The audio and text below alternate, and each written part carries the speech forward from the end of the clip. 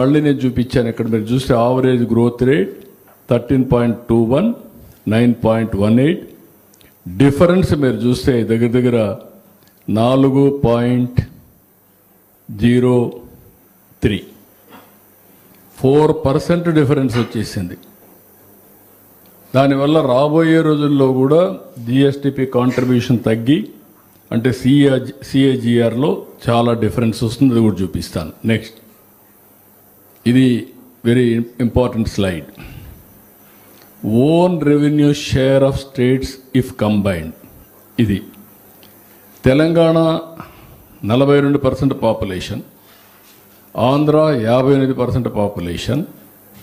నేను ఎన్నికల ముందు కూడా చెప్పాను, అక్కడ సర్వీస్ సెక్టర్ ఉంది, హైదరాబాద్ ఉంది, ఇక్కడ అగ్రికల్చర్ ఎకానమీ, మనకు ఆ సమస్యలు ఉంటాయని చెప్పి ఇప్పుడు ఉన్నాయి.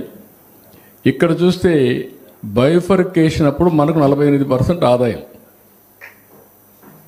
అదే సమయంలో పాపులేషన్ 58%, 10% పాపులేషన్ ఎక్కువ, ఆదాయం 10% తక్కువ.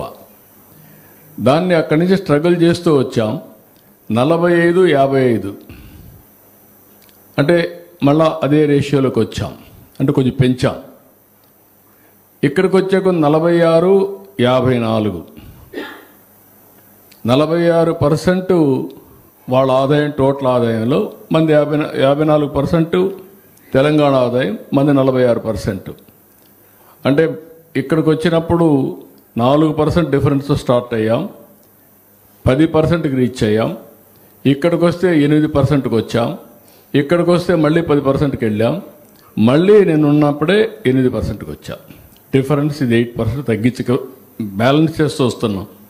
వీళ్ళు వస్తానే 54-8, ఇక్కడికి వస్తే 7-3-10, ఇక్కడికి వస్తే 20. డిఫరెన్స్ హెస్ వైడ్ అండ్ 20% ఇన్కంలో వచ్చే కొంది. అంటే ఇట్ మేక్స్ 1% పెరిగిపోతే ఎంత డిఫరెన్స్ వస్తుందానికి ఒక ఎగ్జాంపుల్ మీరు ఈ స్లైడ్ చూస్తే చాలా స్పష్టంగా కనపడుస్తుంది. మనం population 58%, 10 years bifurcation, tax revenue disproportionate, అది ఎప్పుడూ నేను చెప్పాను. అయితే గ్రౌజ్ లేదు, దీన్ని డెవలప్ చేయాలని చెప్పి అనుకున్నాం. మిస్ గవర్నెన్స్, నేను ఎప్పుడు 2 విషయాలు చెప్పేవాడిని. బైఫర్కేషన్ వల్ల స్ట్రక్చరల్ ఇంబ్యాలెన్స్ వచ్చాయి. 1924 వల్ల ఎకానమీ డిస్ట్రాయ్ అయింది, ఇన్స్టిట్యూషన్స్ డీఫంక్ట్ అయినాయి.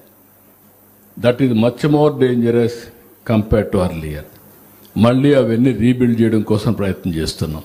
నెక్స్ట్, ఇక్కడ డిక్లైన్ ఇన్ జిఎస్టిపి మీరు ఒకసారి చూస్తే 13.5%, 10.9% ఆల్ ఇండియా, ఇక్కడ 10.32, ఇక్కడ 10, 24-25లో 15.93 లక్షల రూపాయలు జిఎస్టిపి, 12.02, ఇది 9.8. ఇక్కడ ఈ నెంబర్ 3.2% డిఫరెన్స్ 14-19కి, 19కి, 24కి. దీనివల్ల ఏం జరిగిందని మీరు ఆలోచిస్తే the state loss 7 lakh crores GSDP because of reduced growth rate.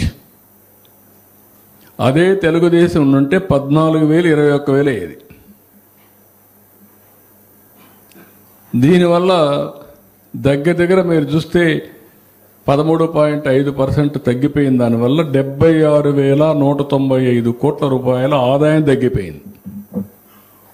ఆ 76,195 కోట్లు వచ్చి అప్పులు చేసేయడం తగ్గించుకునేవాళ్ళం. డబ్బులు లేవు కాబట్టి వీళ్ళు ఏం చేశారు, 12% రేట్ ఆఫ్ ఇంట్రెస్ట్లో బారో చేశారు.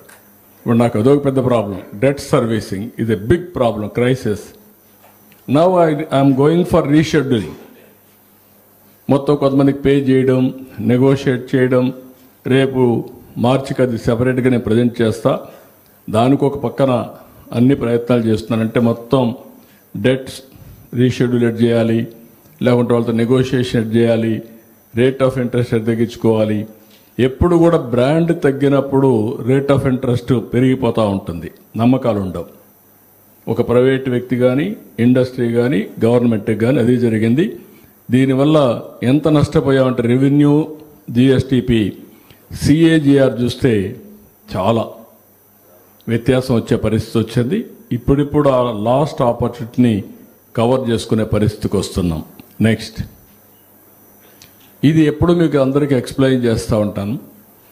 ఇది ఇక్కడ చూస్తే హయ్యర్ గ్రోత్ రేట్ వల్ల లాభం ఏంటి లాంగ్ టర్మ్లో. 47, 48కి ఒక ఎగ్జాంపుల్ చెప్తున్నా మీకు. Year on year growth, GSTP contribution, number of times GSTP increases, per capital income 7.5 అయితే 84 లక్షలే అవుతుంది 47, 48కి జిఎస్టిపి. 5 టైమ్స్ పెరుగుతుంది జిఎస్టిపి. 14 లక్షలు పర్ క్యాపిటల్ ఇన్కమ్ వస్తుంది, 7.5 పెరిగితే. 10.32 ఇప్పుడు వాళ్ళు పెరిగినటువంటి ఆ 5 ఏళ్ళు చూస్తే 10.32. దీనివల్ల 25 lakhs జిఎస్టిపి వస్తుంది, 9 టైమ్స్ పెరుగుతుంది.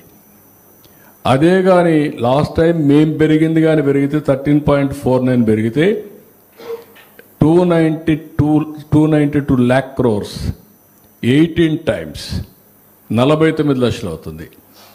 అదే 15%కి వెళితే 390 lakh crores, 25 టైమ్స్ 66 లక్షలు per capital. This is the difference. 10.32కి 15%కి 25 నుంచి 66 లక్షలు. ఎన్నేళ్ళు? 22 ఏళ్ళు. హైదరాబాద్లో కళ్ళు మూసుకుంటే అయిపోయింది. నేను ఆ రోజు స్టార్ట్ చేశాను.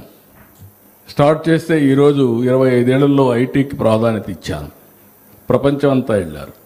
హైయెస్ట్ పర్ క్యాపిటల్ ఇన్కమ్ ఎవరంటే దానికి చిరునామా తెలుగు వాళ్ళు. ఎట్లా జరిగింది? ఒక పాలసీ. ఎన్నేళ్ళు? 25 ఏళ్ళు. ఇది కూడా అంతే. ఇది 4.7 టైమ్స్ డిఫరెన్స్ సిఏజిఆర్లో. చాలామందికి అర్థం కావు. అందుకే ఒకసారి డబ్బులు సంపాదించిన వాళ్ళు పైకి వెళ్ళిపోతూ ఉంటారు. డబ్బులు సంపాదించిన అక్కడే ఉన్నవాడు అక్కడే ఉండిపోతూ ఉంటారు. ఇంకా ఆ పావర్టీలో, ఆ క్రైసిస్లో ఉండిపోయే పరిస్థితి వస్తుంది. This is where we are working differently. ఇది ఒక డిఫరెన్స్ మీకు మళ్ళీ ఎంఫసైజ్ చేస్తున్నా. ప్రజలు కూడా ఆలోచిస్తున్న ఎందుకు జిఎస్టిపి గురించి నేను మాట్లాడుతున్నాను. వాళ్ళ జీవన ప్రమాణాలు ఎట్లా పెరగాలంటే ఏ విధంగా గ్రో కావాలి, ప్రజలు కూడా అర్థం చేసుకొని ఏ విధంగా సపోర్ట్ చేయాలి. కొంతమందికి అర్థం కాని వాళ్ళు నేను ఏం చేసినా చేస్తూ ఉంటారు, మాట్లాడుతూ ఉంటారు. వాళ్ళకి రేపు అనేది ఇవన్నీ కూడా లెక్కలేసుకోరు, ఎవరికి తెలియదు. కొంతమంది ఇంటలెక్చువల్స్ తెలిసినా ఆ ఇంటలెక్చువల్స్ ఇవన్నీ ఆలోచించరు. వాళ్ళు పెసిమిజంతోనే స్టార్ట్ చేస్తారు. నెక్స్ట్,